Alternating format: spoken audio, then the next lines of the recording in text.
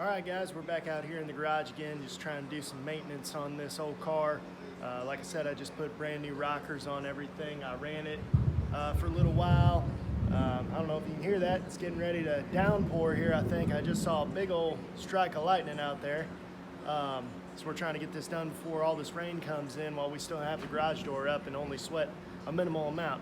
But we're just setting these valves real quick. I don't know if anybody's familiar with this, but it's a pretty straightforward deal. Just take your valve covers off, got the battery on, just bump it over here. I'll flip this camera around here real quick if I can, show you guys kind of what's going on. Guys, got these stud girdles on here and everything. You have to loosen those if you end up having to actually mess with one, but obviously your exhaust valve's closer to the exhaust, intake valves are closer to intake. Pretty straightforward.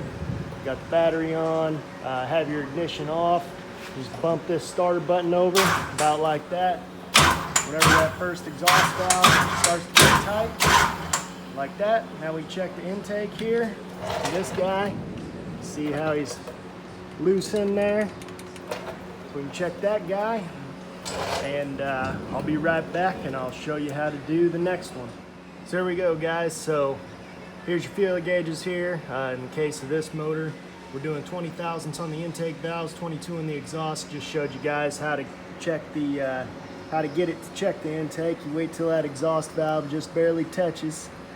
And then you shove this guy in here between the top of the valve and the roller on the rocker arm. Kind of get your own feel for it. If that's tight enough, I kind of feel like I'd like it just a itty bit tighter, but I think that's probably fine for right now.